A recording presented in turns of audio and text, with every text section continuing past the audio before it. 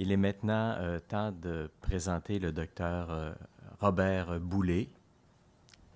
It's a pleasure for me to say Boulay instead of Boulay. Huh?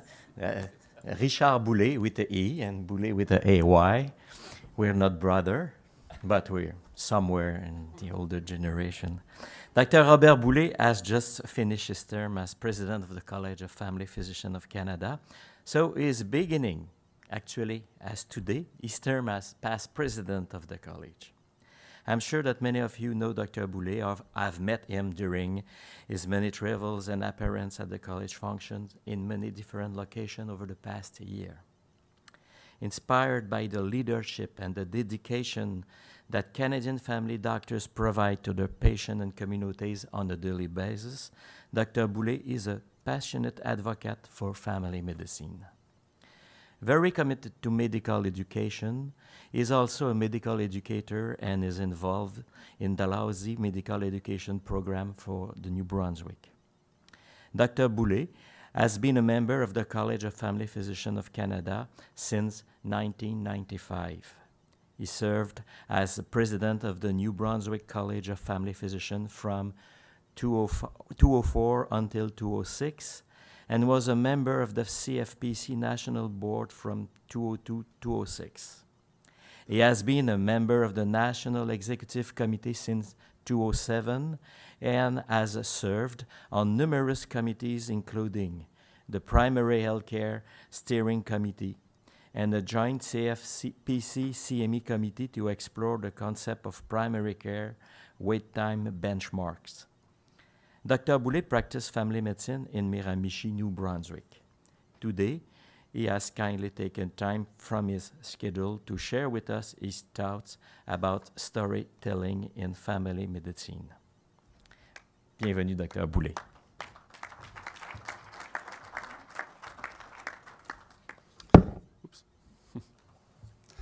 Merci Richard pour cette belle introduction et merci Patrick aussi. Félicitations à tous les gagnants. Je vais m'adresser à vous en anglais aujourd'hui, mais certainement il y a la traduction simultanée disponible. S'il vous plaît, si vous en avez besoin, utilisez-la. I can't really begin to tell you what an honor it is for me to have been asked to give the keynote address to this, the History and Narrative session of FMF. I don't know if you're aware that the college executive always divvies up our attendance at various meetings during this week, so we can have executive meetings at as many sessions as possible. And let me tell you, this session is always the most sought after, and I was so happy that I had a bye this year. I had to come to this session to talk to you. I've always found it extremely inspirational to be able to listen to my peers as they recount stories from their family medicine lives. I usually bring tissues with me because, as has already happened this morning, I never leave without shedding a tear. Stories have always figured importantly in my life. Family events were always rich with opportunities. Really, we were building a narrative family history. My earliest recollections are memories of family gatherings. My mom had 13 siblings and my dad had 15 siblings. So you can well imagine that family reunions were noisy affairs. I learned very early that storytelling and listening provided countless hours of entertainment, forging relationships, connecting people. I also learned that over time, the lines that separated truth and fiction became fuzzy as stories became a family legend. Like the story of my dad's father, who fell off the barn roof when he was 80, breaking his leg. Accounts vary as to how much wine he had consumed that day. Didn't really slow him down much as he lived to the ripe old age of 106. Or the story of how my great-grandmother was struck and killed by a car as she crossed the road in a snowstorm. It was the only car that passed through the village that day. I think I inherited her luck. I'm sure I could have the only lottery ticket for a draw and still find a way to lose. As I was always intrigued also by the story of my mom's 3 siblings who died in infancy. They had appeared healthy at birth, but then developed feeding difficulties and a peculiar high-pitched cry. I'm fairly convinced they had a genetic disorder, reinforced by the fact that approximately 25% of her siblings were affected. My mère, who's now in her 90s, tells of being at first terrified and then so relieved as each of her subsequent children were born and grew older without this affliction.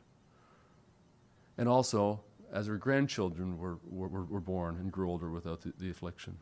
Her incredible faith, along with my Pépère's unwavering persistence, I think, ensured that she kept having children well into her late 40s. I've often wondered how these and many other stories shaped me into who I am today. I'm certain they had a major impact on me, my career choices, my style of parenting, the development of an admittedly quirky sense of humor. These are all a result of my family and upbringing. There were times we would literally laugh until we cried, sometimes laughing at, but usually laughing with each other. And in case some of you are wondering about my laugh, it's just like mon oncle Gabriel's. You can always tell when either of us are in the building. Although northern New Brunswick could be a very rough place when I grew up, I really think that where I grew up and who I grew up with gave me an important perspective about rural life, community support, and the vital importance of family and feeling connected. Now that you have a bit of an idea where I come from, I'd like to recount a few short stories, brief accounts of some of the people who have touched my life in very special ways and who have helped produce the current version of Robert Boulay, who stands before you here today. As Leah May Mabry, the outgoing chairperson of the Congress of Delegates of the American Academy of Family Physicians, said at their recent annual meeting that I attended, "When you see a turtle on a fence post, you know it didn't get there by itself." Now, I thought of trying to translate this into a more Canadian version. She's from the south of the US. Like, I thought maybe you could say when you see a porcupine in a lobster trap, or when you see a farmer in a long gun registry, or something like that. But I really like Leah May's Texas version. She also says, I'm on estrogen and I'm packing, but I don't think that applies to me. So none of us get to be where we are without many helping hands along the way. And these are but a few of the stories of people who helped put this turtle on this podium. Patrick Donahoe was the Dean of Men at Dalhousie University when I was an undergraduate student there. My third year, I applied and amazingly got a position as a residence assistant, and he was my boss. About a month into my term, Patrick and his wife Susan, who were a very gracious couple, had me over to supper one night. They broached a very sensitive topic with me, one which had been a source of much embarrassment for me over the years: my teeth. I had been blessed with very crooked teeth. I had a horrible bite, and my parents' incomes had not permitted them to afford such luxuries in those days as braces. After many discussions, Pat, Susan, and Anne, one of their colleagues, agreed and arranged to pay for my braces and for maxillofacial reconstruction. All I had to do in return was to pay it forward, was to do a similar deed for someone later in life when I could afford to do so. My wife Bernadette and I were able to grant the same gift to a young man we met several years ago, and we hope we'll be able to keep this tradition of paying it forward going. My next story is about a friendship that I've developed over the past few years. Since my involvement with the college, I've met many wonderful people, colleagues from across Canada and beyond, and many excellent individuals who work at our national office. But I couldn't have gotten through this year without Cal Gutkin. I've learned so much from this man, but how he loves his wife and family, and how he has devoted himself to this College of Family Physicians of Canada. He is quite literally never at a loss for words. He's quick with an answer to any question, but never rash in his thinking. During this past year, as we sat around various tables, I'd sometimes feel the heat start to rise at the back of my neck as someone said something that made my blood boil. Let me assure you, if Cal ever got angry on these occasions, he never showed it. His responses were always calm and measured. He was always a gentleman, He was often able to use humor strategically to diffuse a stressful situation. I'm not the same person I was a year ago when I assumed this presidency. I think this has been a change for the better. I guess time will tell. I do know that many of the personhood upgrades I've incurred along the way are attributable to Cal. It's with no small measure of pride and humility that I call him my friend, and I thank him for all that he's done for all of us.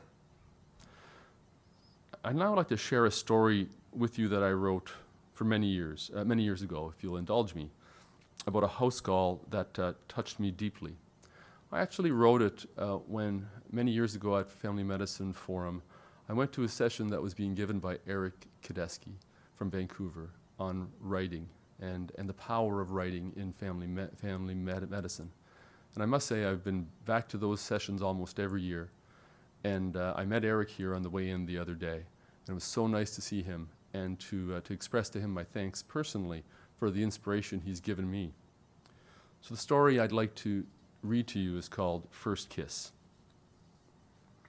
We were ushered into the room.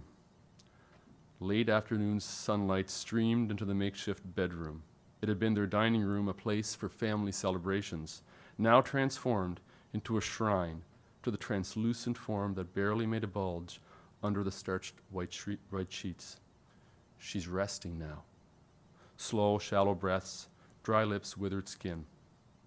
I walked to the bedside, moved a stack of old books from a chair. I sat down, reached over, and gently took her hand. At first, nothing. Then her eyes opened. Initial fear eyes darting around as if to ask, am I still here? Then light blue eyes settled upon me. A wide smile, dentures too big for a mouth that was shrinking. Hello, Millie. Hello, Father. She had always called me Father instead of Doctor, although we had both previously agreed that I was much less than priest-like. Tension broken, everyone laughs. Questions of pain, comfort, eating, bodily functions follow. How much longer do you think? She asks. Not long, I answer. Nothing more I need, she says. I get up to leave, and I lean forward and kiss her on the forehead. Her smile fills the room. Our first kiss, she explains, drawing smiles and tears from everyone within listening distance. Better than if it was the Pope, she continued, but then a flash across her face. Better take that one back, she said. I'll have to explain myself soon. We leave the room, say our final goodbyes, and walk into the fading daylight. We are quiet. Once in the room, I hand the medical student a Kleenex, take one myself, and we drive silently back to town. The end. So it turns out that I have one more story to tell, my final tale this morning. It's about enduring love. When I was asked if I would let my name stand to be president of the College of Family Physicians of Canada, the first person I asked was my best friend, my soulmate, Bernadette McCarthy. Sometime later, actually I think some people in the room will remember this evening, she told me that I have a lot to learn about informed consent, that she didn't get full disclosure of just how much time the president spends on the road. We had another conversation a few weeks ago. We had a rare, quiet meal alone and reflected on how the year had been. She admitted she hadn't been happy at all with my absences early in my mandate, but as the year grew on, she grew more and more confident that she and her children, Daniel, Emma, and Sam, could do everything they had to do without me. She didn't intend to say this in a mean way. She was actually very proud of how independent she and the children had become, and of how my time away had actually fostered this independence, and in the end, really made us stronger as a family. We went on to discuss that we now know that either of us can follow our dreams with the security of knowing that at the end of every road, the other would be waiting. Of all the gifts I've received, both this past year and in all the years before, though I've traveled countless miles, met hundreds and thousands, if not thousands, of wonderful people, this was the greatest gift of all, the knowledge that I really can come back home again.